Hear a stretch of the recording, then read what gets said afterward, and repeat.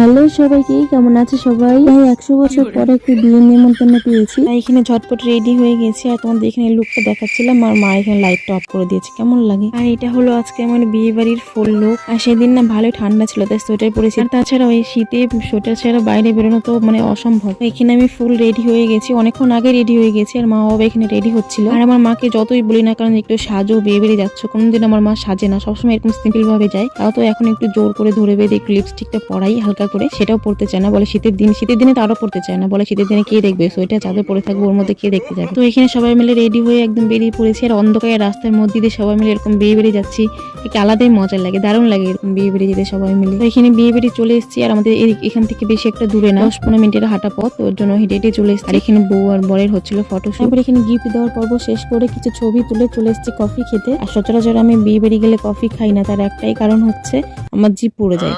তো এখানে বেশ অনেকক্ষণ ধরে ফু দিয়ে ঠান্ডা করে তারপর খাচ্ছিলাম। কফি খাওয়া শেষ করে একদম সরাসরি খাওয়ার প্যান্ডেলে চলে এসেছি, যেহেতু ফাঁকা আছে।